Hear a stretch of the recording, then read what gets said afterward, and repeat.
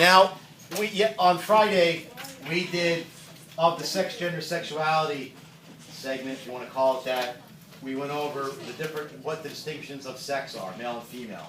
Today we'll do gender and sexuality. Let me say up front that if anything that I'm saying here today appears offensive, or that I'm making fun, or not treating it with respect, it's not my intention. I try to be as scholarly, quote unquote, as I can with this. But I also have, I realize and have seen throughout the classes that, sometimes it's a little uncomfortable and people, giggle or something. It's a way that we release tension. I get it, okay? Comic relief. Comic relief, exactly. Well put. But I think this is an important topic, and you already guessed that sex, gender, and sexuality are very distinct terms. And the fact that especially sex and gender, are used interchangeably sometimes, that's an issue. And same thing with gender and sexuality. Now, I do not want to get into a discussion on the transgender bathroom issues. But the fact that they're talking transgender, not transsexuality, already tells us that there's ambiguity in the term, right? Male, female, and another gender, and you're mixing two different terms. Let's leave it at that for now. Let's say that gender is an identity based on the terms masculine and feminine. All right? Gender is an identity based on the term masculine and feminine. So when I was in high school, nobody talked in terms of a person's gender. That was pronouns. If you're taking Spanish, some nouns were feminine, some nouns were masculine. It's quite a recent time that we've started, probably from the 90s on, that we started talking about gender theory and queer theory and things like that, okay? This isn't notes per se, but I thought it'd be good just as a little jump off from last Friday, talking about the distinctions between sexes. This is from the American College of Pediatricians. Now this does deal primarily, obviously, with prepubescent children. They released this in March. They did an upgrade, if you want to call it that, in April, and they're coming out with a full comprehensive report this summer. But they are urging educators and legislators to reject all policies and conditions that children to accept as normal a life of chemical and surgical impersonation of the opposite sex. So facts, but not ideology, determine reality. That's going to be our mantra today. We have to base our evaluations on facts, not simply on an ideology that's either given to us or that we accept. Now there were a whole bunch, probably like 10, 11, 12 points they made with paragraphs of explanation underneath. You can go to the website and look. But I have the first three up because they fit what we're talking about. Human sexuality is an objective biological binary trait. XY and XX are genetic markers of health, not genetic markers of a disorder. Hello? So in other words, if a person is male or female, there's not something to be fixed. All right, that's the point. Yes?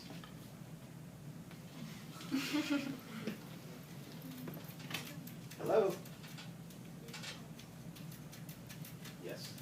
Graham Glick? Yes, yes. Not here. We'll figure it out. No one is born with a gender, all right? You are born with a biological sex. You're born male or female. When I try to make the point that there aren't 6, 7 sexes that some people try to claim, that there's XX and XY, and any variation on those or abnormalities, they don't become distinct sexes on their own. One way that you can kind of know that is that when someone, their hermaphroditism, so if somebody is born intersexed, they don't just declare that a third sex.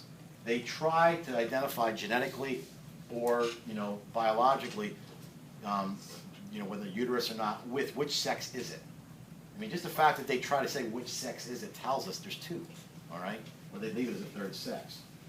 A person's belief that he or she is something they are not is, at best, a sign of confused thinking, okay? Now, this is science. If somebody, disagrees with this on the other side, and I think this presentation, I hope, is going to make some of you wrestle with this topic. And I'm trying to put it in clear terms so you know how to make distinctions. Let me just say that my generation was overwhelmingly pro-choice. You guys you're known as the pro-life generation. Now, I would love to say that the Catholic Church had something to do with that, because the Catholic Church has really been on the forefront of the pro-life movement. But it hasn't been. My view is science has done it. All the science that's come out with the unborn person has just revealed what we're talking about is not a group of cells. There's something else here, all right? And I think that's really what's changed the perception that's been taught to you. Now, your generation is, we could say, pro-homosexuality, pro-gay marriage, pro-gender fluidity, okay? And probably for very good reasons. That seems sincere and it seems compassionate. This is my prediction. I don't have a crystal ball, so I can't, go into any length on this.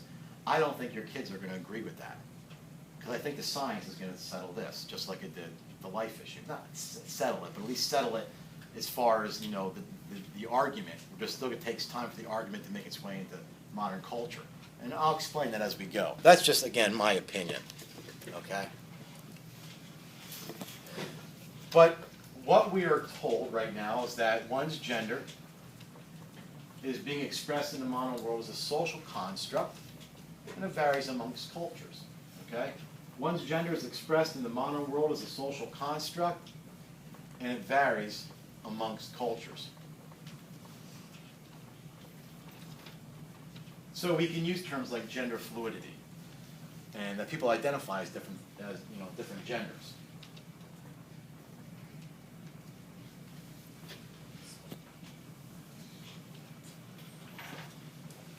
Now, there is no doubt that there have been what we call non-binary genders that have appeared in various cultures throughout time,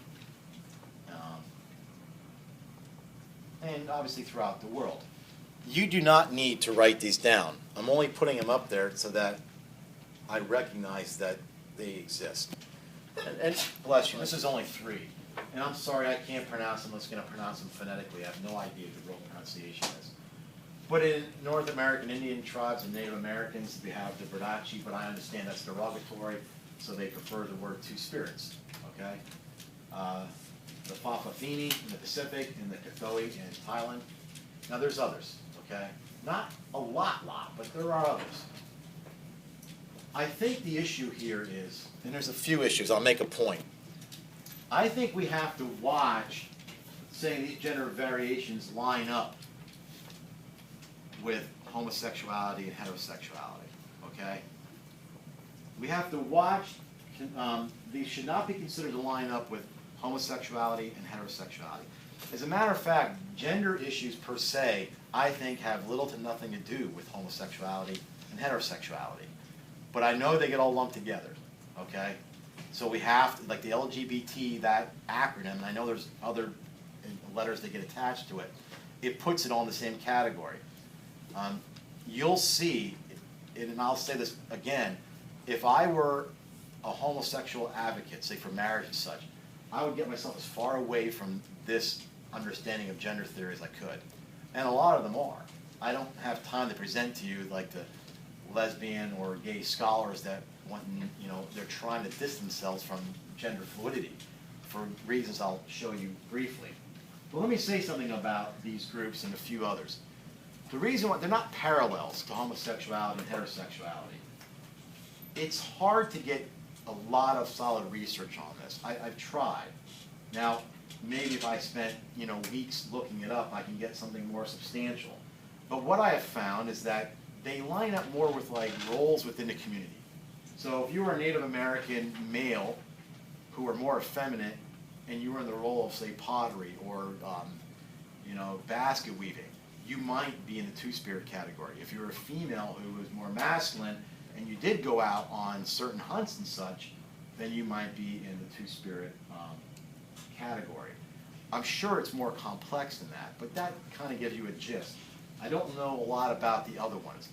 All I'm saying is that I would be cautious just simply saying, well, why shouldn't we accept homosexuality? Because look, we have these issues, these particular roles in other cultures. I don't know that they're parallels like that. there's something else that's even broader here. My experience with teaching juniors over the course of these years is that people, and maybe in it for a good reason, are very critical, almost hypercritical of what the church teaches. So if I'm up here teaching, you should already get by now that I don't just give you what the church doctrine is, right? I do my best to build behind it and show you the reasoning. But I still find people are hypercritical. In other words, they hold, what I'm teaching to a very high standard. And in many ways, I think that's good. Where I think, though, is the problem is that's not the way with most juniors with the culture. They'll accept whatever the culture teaches uncritically because it flows with what they believe and feel. And here's how you know this. Oftentimes when you're having discussions on gender identity and such, these groups of people from these various cultures always come up. And they come up to show not just that they're exceptions, but that all cultures have been like this. So therefore we should be accepting. And then it sounds like it's a rational argument. Could you imagine if it was the reverse? Let's pretend that we live in a world that has always been gender fluid. We never really had male-female roles. From all of history, it has always been gender fluidity. And I'm presenting to you a male and female dichotomy. And I show you 5, 6, 7, 8 examples throughout culture and throughout time where you've seen strict male-female roles. And then I try to say, see, we should allow this. I think you would roll your eyes and I'd probably get laughed at. But on the other way, it's easily accepted. It's always easy for us to accept things that agree with us and very critical things that are against us. So what I'm going to do is not attack these groups, not try to debate what a person feels. I'm going to try to show what's wrong with it all underneath. Okay? So in essence, whatever issues are before us now in politics or in culture with the transgender bathroom issues, you need to know it has nothing to do with bathrooms. People that think this has something to do with bathrooms, I would put in the dullness of mind category. All right? So when I see things on Facebook that even friends I have are putting up, I would rather sit in a bathroom stall next to a transgender person than a bigot. I'm already thinking we can't even have a discussion. So let me show you what I mean by this. All right? And let me start by just briefly explaining what deconstruction is in this. Has anybody heard that term before? You have? Very good. It's been used in literary works too quite a bit, right? It's a 20th century movement. You do not need to know Jacques Derrida and anybody else that was behind it. Let me just tell you what the gist of it is, and then see how it relates. In other words, if you had studied philosophy, like even in a high school course before this, and I started talking about gender theory, I bet you already would start thinking about this. But it's part of our culture, it's part of the air we breathe, but we're unaware of it. Okay, so traditionally, in essence, what a thing is has always been on top. We always ask, what is it? What is its essence? That's what it is. And it may appear differently to people, but the appearances didn't change what it was.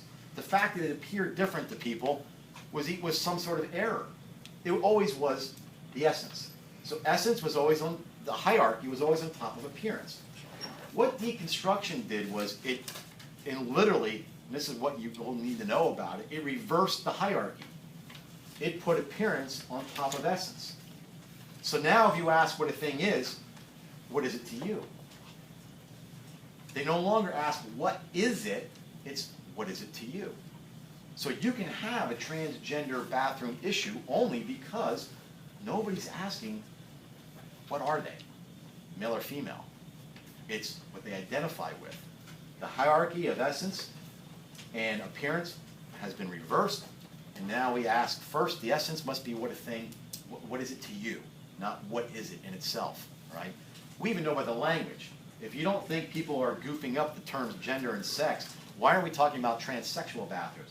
Bathrooms have been based on sex, male or female. I've never seen a bathroom that said masculine, feminine, right? So we have male, female, gender. We now have categories that are different standards. And this is what happens. Now, could you imagine trying to have this discussion in a public square or on a political talk show? It'd be impossible. This is not Catholic doctrine, I'm telling you, although the Catholics line up with it. This is just the reality, all right? Now, here's my issue. Maybe you're not sold yet, but that's what they identify with. So what's wrong with that? I mean, what really is wrong if a person identifies as a woman and they're a male? So what? Well, I'm going to ask you to be intellectually honest and apply that logic across the board. If identifying oneself subjectively cannot be limited to sexuality, what else might it include? And I'm going to show you. And here's where I mean I am not doing anything disrespectful. I'm not trying to mock or make fun. But I think it's part of the argument. And you can look any of this stuff up. Hold on, let me go through this. I'll come back to that. This is a gentleman in his late 40s, early 50s. Not only he was a cross-dresser while he was married. He's divorced his wife.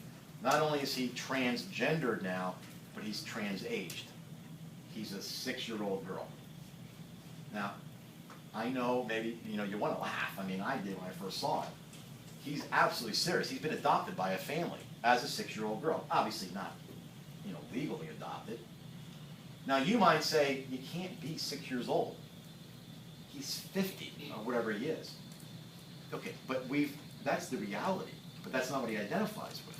He identifies as a 6-year-old girl. He lives in a household. He actually, I think originally, and again, I'm not making fun. This is the story. I think he went in as an 8 or 9-year-old, and there was a girl younger than him, 7, and she went on a little sister, so he then identifies as a 6-year-old for her. How would you deny this? If you're going to allow somebody becomes their identity is a construct, why are we limiting the sexuality? Why can't we change age? And if you start saying to yourself, but in age you can't change in age, well, you can't change a sex either. But we've done that. Well, at least people have tried, okay? This one was in the news last year, right? Now, she was an advocate for the NAACP. Nobody denies the work that she's done. But she wasn't just an advocate for the group. She identified as that race. Race is not a construct, right? We can determine what our race is by, DNA. Should she have been denied that? Can you identify outside of your race? As long as you allow one on sexuality, what is wrong with allowing that? This is an article from the Scientific American, but there's a lot of articles out on this one. There are people who, from the youngest years, believe that their limbs are not them. So I watched probably a 45-minute documentary on a young fella, and he was going through psychotherapy and other types of therapy for years. His claim was his leg was not part of him. It was somebody else's leg. Biological, everything, it was him. But it was foreign to him. And he tried to get people to amputate it. They couldn't. Of course, a doctor's not going to amputate it. By the way, if people still think that a woman has a right to her body, you don't have full autonomy. You couldn't amputate a limb, right? He couldn't do it. He tried. He did get it amputated. What he did was he buried it in dry ice until it just almost rotted, and then they had to amputate it. There are people that believe they were born, even though they have legs, they were born paraplegic. And that's how they identify themselves. Now, neurology treats it as a disorder. Well, they also treated transgenderism as a disorder 20 years ago, and now it's been mainstreamed, right? So why would that not be allowed, okay? I know it's odd. This woman claims to be a cat. Now, if she's acting, she's been acting for a good bit of time, and she's pretty sincere with it, all right? So I read about people who interviewed her, and they're like, she does everything a cat does. It's a trans species. By the way, I want to say something about the racial thing. You can't technically use the word trans-racism in the same way, because trans-racism was a word that was adopted years ago for children that were brought into families of an opposing race, right? So if a black family adopted a girl from China, that would be called trans-racism. So there was no change. They just understood that the child's race was being transformed. But that's not what I'm meaning here, right? So that's just the scholar in me says to make a distinction. But how do you go about these things, right? And on what basis do we deny trans species, the amputee, trans-racism, or trans-ageism if we accept transsexuality? At what point do we say there's no difference, or there is a difference? That's the argument, okay? And just to be clear, somebody might say, well, that's just a slippery slope argument, right? It's like saying, hey, you know, they stop you smoking in public bars, next thing you know, they're not going to let you smoke in your basement. You know, that's a slippery slope argument. Well, here's how you go about this, right? When you do like an argument, right, an argument's always based on a premise, two premises. Premises are either true or false. If you accept both premises, you have to accept the argument. The argument's the conclusion. That's either valid or invalid. So here's the idea. If I tell you all grass is green, and then I point to that and say that's green grass, it doesn't matter what you think.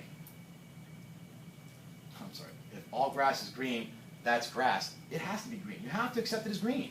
You can't say, no, I don't. I mean, at that point, you've accepted the premises. The conclusion just follows from the premise. So if you accept the premise that a person should be able to assume an expressed identity other than a given reality, which if you accept the transgender issues, you have to accept that. That's the premise. And then an expressed identity is a person's gender. Well, that's the issue before us. Then you have to accept that a person should be able to assume the gender other than their given reality. Or sex in this other than given reality, depending on how you put the words in. All I'm saying is you put race, age, or species in there, nothing changes. And where does the argument go? Well, these things can be determined biologically. Well, so can your sex. We've already discussed that, you know. Now, why don't we hear about these things? Because there's no advocates for it. You know, if it was a popular opinion or there was an advocacy group, then these things would be before us, all right? So, sex is male or female. Gender is a construct based on a person's perception of masculinity and femininity, all right? But if we're going to accept that, then we can't stop there. Not being intellectually honest, right? Do you get that? Okay. Okay, last but not least, let's talk about sexuality. And let me just say this up front. If I were an advocate for homosexual marriages, I would distance myself from that gender issues quite a bit. Because I don't believe, and neither does the church believe, that heterosexuality and homosexuality are constructs. We don't think people walk around thinking they're homosexual. They are. They're a male or female that may be homosexual. That's a reality. If that were me, and I were basing what I am on my reality, I don't think I'd want to be associated with people who are basing it on just a perception, because that would diminish my argument. I would distance myself. And there's a lot of lesbian and gay scholars that are doing just that, because they realize there's nowhere to go with this argument. They're going to lose that. Science is going to clean that up eventually. People are going to just, once we get past this initial stage of, you know, everybody jumping on the rally, right, which is what happens. Isn't it kind of interesting even how we have two populist candidates for presidency? I mean, we do that as a people, right? We jump on these rallies and then we worry about things later. I think we do that as a culture with these issues, okay? So sexuality is the expression of one's sensual and emotional desires. When you properly integrate sensuality and emotions, this innate drive or response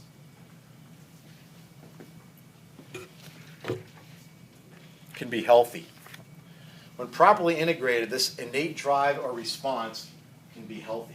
So I'm going to make the claim that whether it's a heterosexual who's attracted to people other than the male or female opposite sex, or a homosexual, either way, properly integrated, that can be healthy. Okay? When it's expressed, and this is just another way to state it, right? A more fuller way to state it. When expressed in line with natural law, it will result in a genuine love between man and woman. When your sensuality and emotional desires are expressed in line with natural law, it will result in a genuine love between man and woman. So if there's a married couple, man and woman, and the woman is disorderly attracted to other men, and it's threatening her marriage, that might be something she struggles with her whole life. You can't maybe not just fix it. It has to be integrated, right? We have to go beyond being animals, and we have to integrate what we would say our rationality allows us to go above our instincts. What was that last line it will result in a genuine love between man and woman. If it's a homosexual person who's attracted, say, like on that documentary I showed you, if the man's attracted to another man, we're not talking about fixing anybody. It's about integrating that, right? Because again, our understanding of the human person is our rationality does not allow us to just operate at the animal level. We do not have to follow our instincts. We can rise above our instincts, all right? I think that's a higher vision of the human person. Then go with it. Now, I know everybody knows what the term homosexual is. And by the way, the gender concept is not really part of our understanding of anything with homosexuality.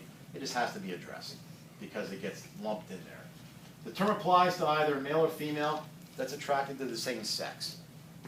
I know you know that, so I wasn't trying to enlighten anybody. But this will be new information for you.